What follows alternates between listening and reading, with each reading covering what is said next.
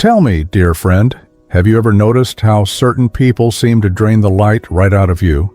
You start a conversation feeling fine, but by the time you say goodbye, your shoulders sag a little heavier. Your breath comes a little shallower. That vibrant energy you woke up with? Gone, siphoned away by someone else's endless needs, complaints, or criticisms. At our age, we've earned the right to be particular about where we invest our precious energy. Every minute counts when you're over 60, which means every toxic relationship costs you twice. First in stolen joy today, then in stolen tomorrows from the stress they create. The research couldn't be clearer. Chronic stress from negative relationships increases inflammation, weakens immunity, and literally shortens telomeres. Those protective caps on our DNA that determine cellular aging. In plain terms, toxic people don't just make you miserable. They're actively aging you faster. But here's the beautiful truth. You hold all the power here, unlike when we were younger, tied to toxic coworkers or difficult family obligations. We now have the freedom to curate our inner circles with intention. That's why today, we're going to identify the 5 most dangerous personality types that may be lurking in your life, and more importantly, how to gracefully distance yourself from each. Let's begin with the most obvious energy vampire, the perpetual victim. You know exactly who I'm talking about. The friend or relative whose life is an endless series of catastrophes, none of which are ever their fault. The boss was out to get them. The doctor misunderstood them. The world is conspiring against poor, helpless, their name. At first, we're compassionate. We offer advice, resources, even practical help. But soon we notice something disturbing. Our solutions are never tried. Their disasters never improve. Because secretly, the perpetual victim doesn't want solutions, they want an audience. What makes them so toxic after 60? 3 hidden costs. Their learned helplessness is contagious. Soon you'll start seeing problems instead of possibilities. They train you to minimize your own joys. Well, at least you don't have my problems. The stress hormones triggered by their constant crises stay elevated in your body for hours. The antidote? Compassionate detachment. Try. That sounds so difficult. What do you plan to do about it? Then watch how quickly they change the subject back to complaining, the emotional blackmailer. This one hurts the most, because it's often someone we love. They might be a grown child who forgets to call unless they need money. The sibling who implies you're selfish for setting boundaries. The friend who says, "I guess I'll just be alone then." When you decline an invitation, their weapon of choice, guilt, their ammunition, your deepest values, family loyalty, generosity, not wanting to disappoint. Here's what they don't want you to know. Love shouldn't come with strings. Real relationships allow both people to say no without punishment. And at this life stage, you've paid your dues. Try this script next time. I love you too much to let guilt be the glue in our relationship. Let's find another way. Then observe. Do they adjust or double down on manipulation? Their reaction tells you everything. Now, before we meet our next 3 toxic types, I want you to do something important. Pause, breathe, and ask yourself, did either of these first 2 patterns feel familiar? That pinch in your stomach when a certain name comes to mind? That's your wisdom trying to get your attention. Don't ignore it, because in our next conversation, we'll uncover 3 more subtle but equally dangerous personality types, including one that often disguises itself as helpful. You'll learn specific phrases to disarm them and, most importantly, how to reclaim that light, joyful energy that's your birthright after 60. But for now, I'd love to hear. Which of these first 2 types resonated most with your experiences? Share in the comments. Your story could help another viewer find the courage to set healthy boundaries. Remember, trees shed dead leaves not because they're cruel, but because it's necessary for new growth. Your relationships deserve that same. Discernment. Let me ask you something that might feel uncomfortable at first. Have you ever stayed in a relationship simply because leaving felt too complicated?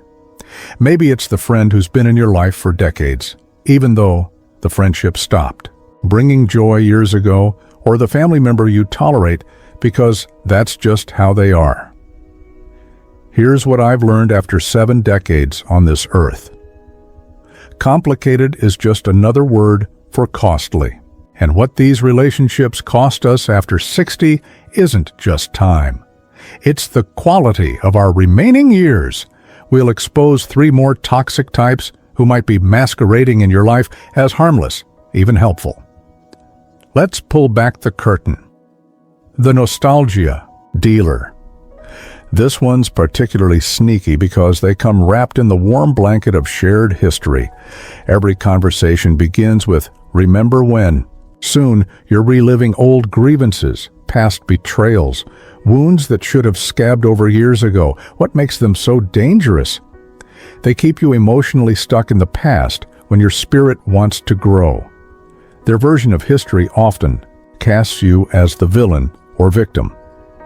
Studies show excessive nostalgia correlates with depression in seniors. Try this gentle redirect. Those memories are interesting, but I'm more curious about what you're enjoying in your life right now. If they can't pivot to the present, that's your answer. The benevolent control freak. Oh, this one stings. They're the adult child who just worries, so they monitor your medications. The neighbor who helps by making decisions about your social calendar. The friend who knows what's best for your retirement funds. Their weapons? Concern wrapped in condescension, control disguised as care.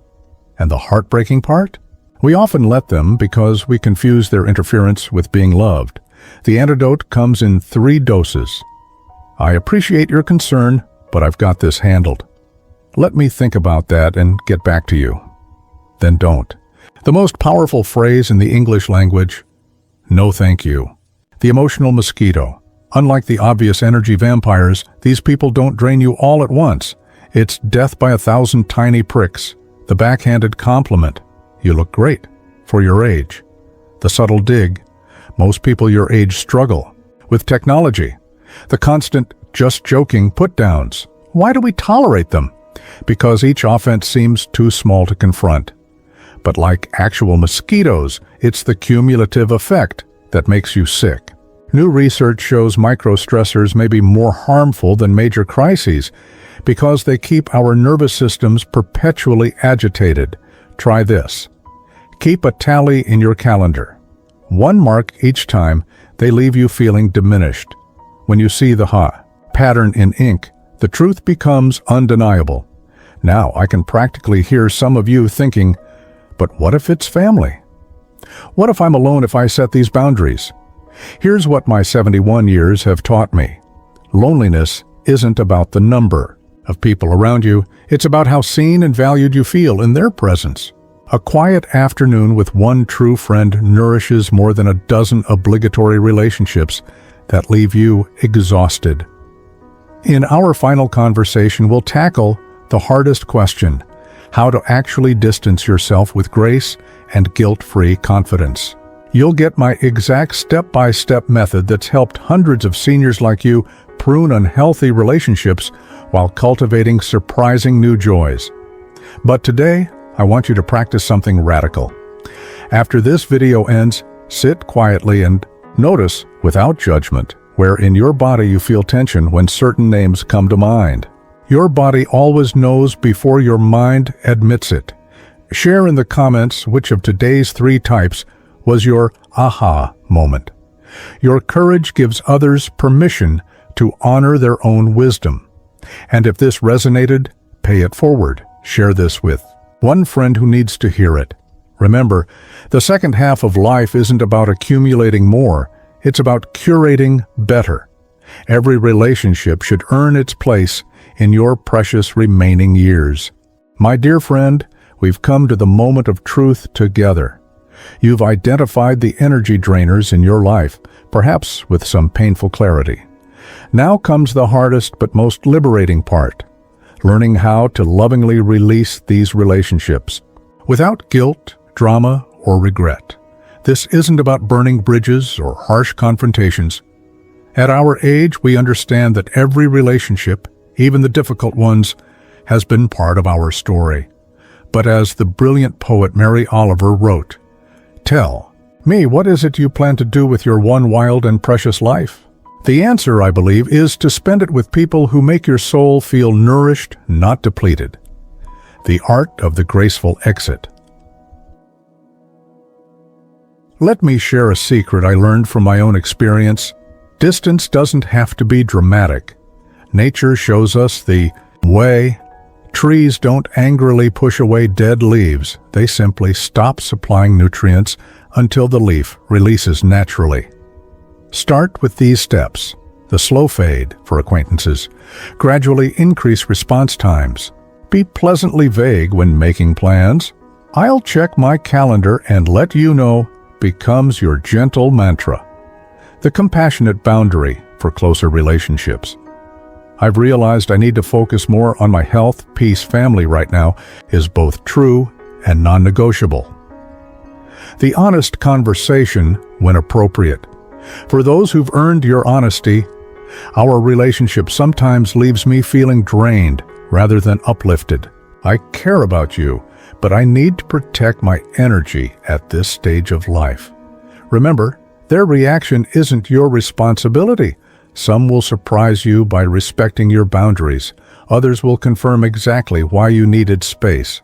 Nature abhors a vacuum, and so does the human heart. As you release draining relationships, consciously fill that space with new connections. Seek out local senior groups focused on activities you love, whether that's book clubs, gardening, or travel. Meetups, shared interests, create instant bonds.